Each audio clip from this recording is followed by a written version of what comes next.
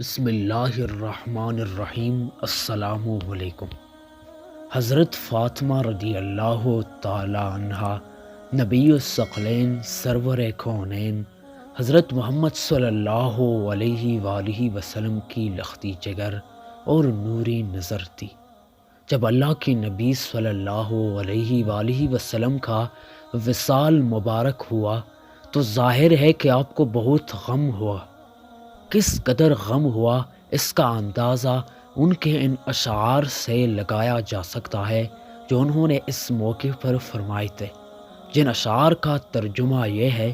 فرماتی ہے کہ مجھ پر اللہ کی رسول کی وفات کی وجہ سے جو مصائب ڈالے گئے ہیں وہ اگر دنوں پر ڈال دیے جائے تو دن رات میں تبدیل ہو جائے گی، یعنی دن کی روشنی ان مصائب کا تحمل نہ کر سکے گی اور دن بھی اندھیریوں میں تبدیل ہو جائے گی جیسے رات ہوتی ہے۔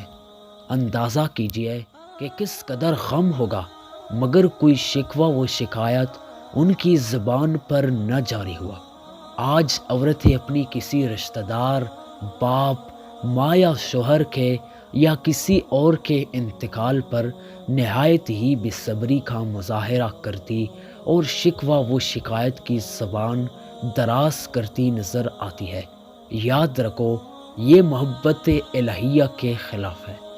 میرے اس ویڈیو کے بنانے کا مقصد یہ ہے کہ جو عورتیں کسی رشتہ دار، باپ، ماں یا شوہر کے وفات پر جو چیخ چیخ کر روتے ہیں، اپنے آپ کو مار ڈالتے ہیں، ان کے لیے میرا یہ ویڈیو خاص ہے کہ ان کے لیے یہ نہیں چاہیے، کیونکہ پیغمبر پاک صلی اللہ علیہ وسلم کا حدیث مبارک ہے کہ 7 ایسے اشخاص ہیں جن کو آپ قبر میں رکھیں گے اور ان کا منہ قبلے سے پھیر دیا جائے گا۔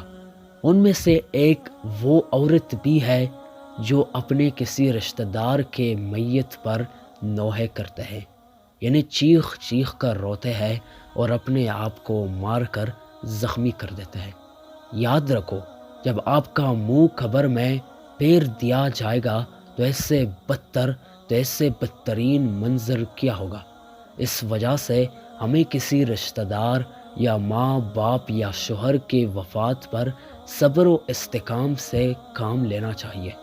جو بھی مصیبت ہم پہ آتی ہے یا کوئی وفات پا جاتا ہے تو یہ سب اللہ رب العالمین کی طرف سے ہوتا ہے۔ ہمیں ان پر چیخ چیخ کر یا اپنے آپ کو مار کر رونا نہیں چاہیے۔